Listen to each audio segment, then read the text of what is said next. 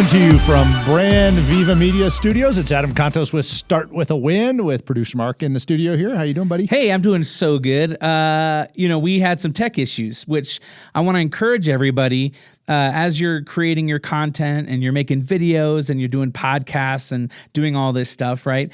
You're going to run into tech issues from time to time, and you can't be discouraged. You got to push through the pain, and you got to hope you have great guests like Tony. Hey, what's Thank you. That sticks by you and hangs on. Tony, welcome. By the way, for those of you that don't know, I mean, Tony is an expert in real estate. He's known globally as one of the top minds in real estate. Also, he's an expert in blockchain, cryptocurrency, NFTs, things of that nature. But really what Tony does more than anything is he helps people find success through his coaching company, R.I.S.E. It's risemastery.com, R.I.S.E. coaching. So, Tony, like Mark said, we experienced a little bit of a tech setback this morning, but ultimately, having been a CEO and you're a CEO of your company, and should we look for challenges to happen? I mean, what is your perspective on that? Because people all the time stumble, they have problems, whatever, and it's like it ruins their day and, you'd think ruins their life. What's your take on setbacks? You have to welcome them because there's no such thing as having a life or a business without setbacks. The problem is that when somebody gets their first setback, they immediately think, well, because I have failed now at this particular thing I was working on, that means I'm a failure. And that's where quitting starts to come into play. But as I've told my son before, like my son has flat out asked me before after a soccer game because he didn't score a point and he got, hurt or whatever, and maybe they lost 3 games in a row. Am I a failure, Dad? And most people at that point would be like, no. But I said, I hope so. I hope you're a failure. I hope you fail so much in your life. I said, because that means you tried. The problem is the people who never try because they're afraid of failure, or the people who quit after they've experienced that setback. I go, but there's not one example out there, son, or anybody listening to this right now. You cannot tell me one example of extraordinary success that didn't come with so much failure for that person getting to the point of their success. There's not one example. Everyone has to fail. That is the first step to succeeding, is failure. It's actually step 1. I have to be willing to do it. I just have to be willing to get back up and take that hit. Anyone who is a naysayer, anyone who tells you you can't succeed in something or believes you can't succeed in something is never anyone who's succeeded. No one who has succeeded will ever tell you, no, you can't do so when you think about the people who are the naysayers, almost all of them have not succeeded. They don't have big goals. They don't have, and whatever it might be, but you have to remember that. So if you look at the situation, if you look at the person, it should make you positive because now you know that person hasn't succeeded. So now I'm going to surround myself by people who have succeeded, who will help propel me to all the different things I want. It's all going back to who's in our circle. I believe we are all born. It's kind of surrounded by boxing and mixed martial arts and the UFC. And so what I educate people on is you don't have to be into fighting. You don't have to be into the UFC or anything. But I call it, in the UFC, they call it the octagon, that 2 fighters get in that cage that has 8 sides and they're locked in and anything goes for the most part. Well, the same way a fighter faces an opponent is the same way we face adversity in life. So if a main UFC fight is 5 rounds, then I believe the same thing a fighter is doing in the cage is the same 5 steps we have to take to overcome any adversity. And I call adversities our life's opponents. And we are all born into an imperfect octagon of life, a symbolic octagon that we never get to leave. Never. Because anybody who's imperfect has adversity coming to them always, no matter how successful they are. So you can't tell me, well, I don't want to be in a cage my whole life. You're in a cage. It's called imperfection. It's the life we have. No one's perfect, which means you can have physical opponents, you could have mental opponents, you could have spiritual opponents. It's going to happen. So until we die, we are in an octagon of adversity, a life of adversity. So if you're willing to accept that, then what I say is accept and do the same thing a fighter does. So I break down the 5 rounds. Round 1 is size up, how we're tested.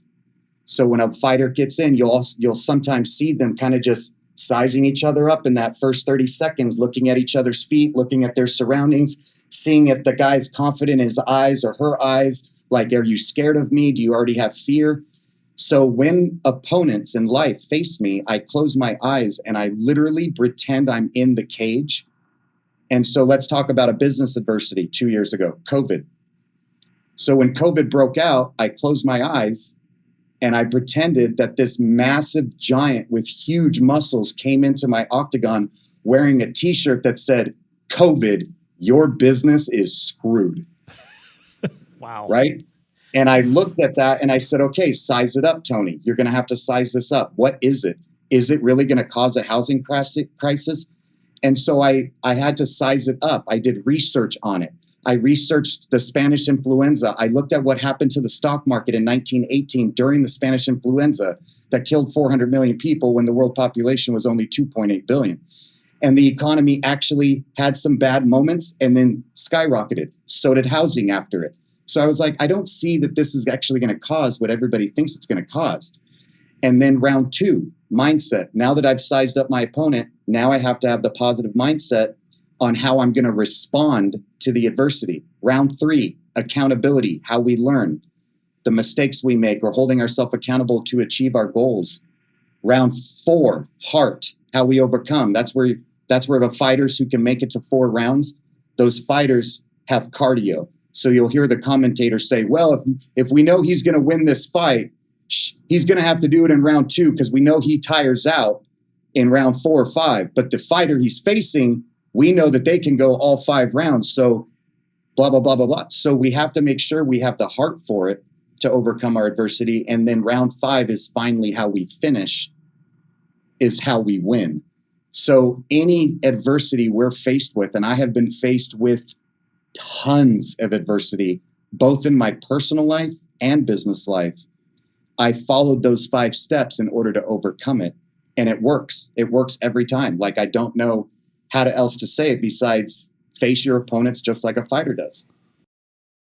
We're going through a situation right now in all of our lives where we have, like you look at the real estate space and there's adjustments in, there's increases in interest rates. There's, everybody's like predicting some sort of, slowdown in the real estate market, which we know it's going to, kind of has to happen. Simmer down. Exactly. There's S curves in everything. There's always a cycle. The economy, if you look at the economy and the, economic headwinds that we have, there's always another octagon you're stepping into. And I know you've mentioned that. What can we do when we hold up the mirror in the morning and look at ourselves and go, here's how I'm going to prepare for that next fight. Here's how I'm going to be better than the last one. Here's how I'm going to be ready for the next one. What do you have to tell our listeners that gets them ready for the next fight? Goes back to the first thing you said at the beginning, welcome setback. And then that is where we, round 3, the accountability, how we learn. So if we think of previous round success, previous fight success, it makes us more confident that we start to be prepared for anything that's fazed us. Do you realize I am not fazed by anything anymore? I used to be fazed and I used to feel negative and I used to play victim and my mindset wasn't there. There is nothing that can come at me in my octagon of life that I'm going to be running away from. I'm going to size it up. I'm going to have the mindset that I can overcome it. I'm going to hold myself accountable to do it. I'm going to have the heart to overcome, and I'm going to win. The only opponent you cannot beat is death.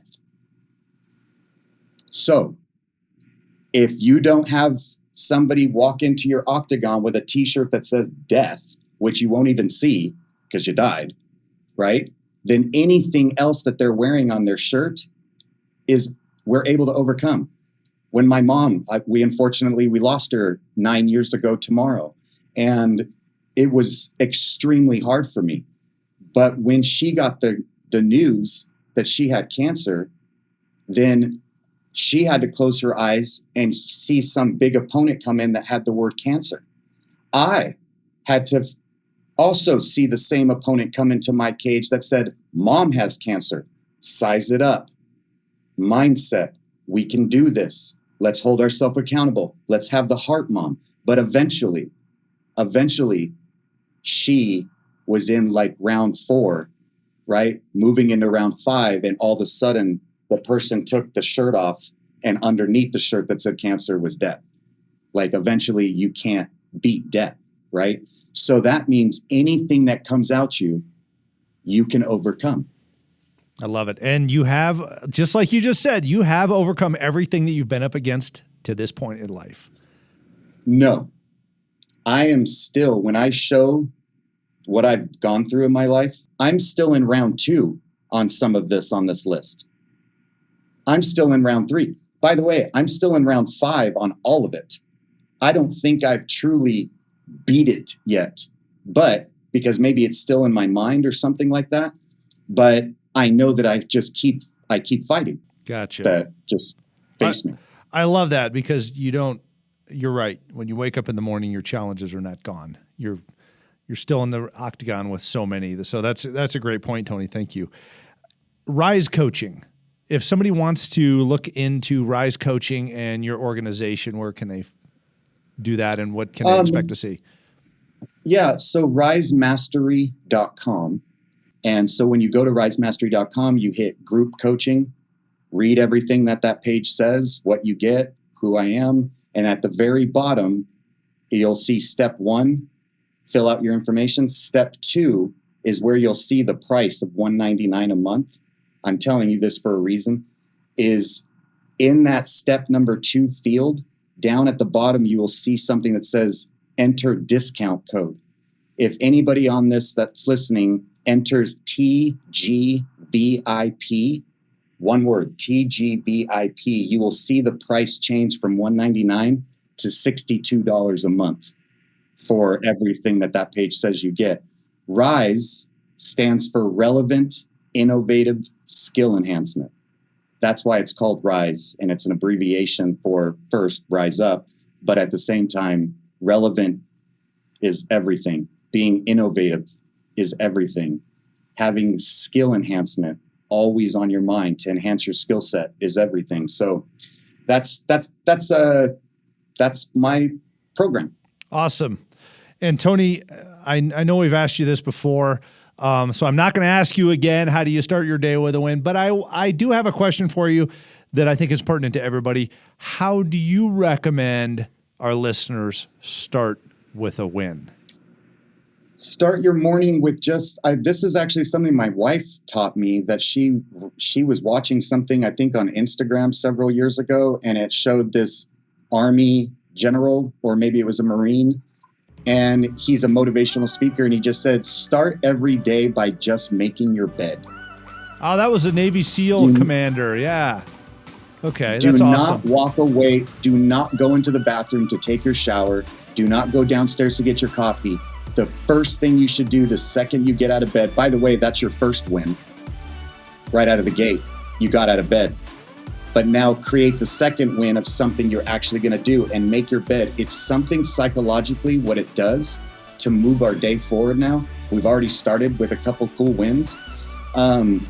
I would just say something that simple. And then affirmations and feeling positive, and don't turn on the news in the morning. Turn on CNBC. Turn on Bloomberg, but don't turn on your local news to hear about somebody being mugged and all the problems in our world. Immediately, if you're going to listen to news in the morning, listen to the thing that you chose to do for a career, which is business. I love it. Tony Giordano, great friend of ours. Just a wonderful human being, a winner, a fighter, and a survivor. Thank you so much for being on Start With a Win. We really appreciate you, my friend. All right. Hey, and thank you for listening to Start With a Win. If you haven't yet, please subscribe. Helps us get the word out and reach more people. And head over to startwithwin.com where you get more great content and you can connect with Adam on the platforms. Get on to where you order your books and download that book.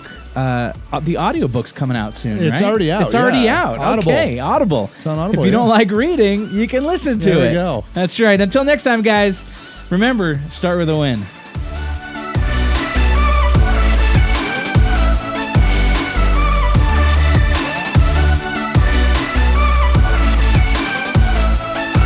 Tony, we're still on YouTube for a minute here. I'll tell you, that was really, really inspiring. It was really heavy, but inspiring because, being a leader is not light. It's not easy. That was awesome. Thank you. I'm curious a little bit about, at what point in your life did you say, like, all right, I'm letting defeat take me over, and what was it that you woke up one day and you said, all right, I'm ready to make a change? And then what'd you do consistently every day? Was it like a certain book that inspired you or a speaker, somebody who kind of gave you that motivation, or like, when was that in your life? I believe that anybody by the age of mid to late 30s, definitely by 40, I believe that anyone who's had great success, if you ask them, what are the 5 moments in your life that paved the way and defined why you're where you're at today? And so what I would say is moment 1 was the way I was raised. Moment 2 was September 11th.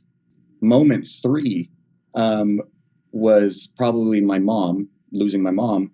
Moment 4 was, to answer your question on why I led up to that, is when I lost everything. I was trying to dig out of the crash in 08, 09 after making millions, lost everything.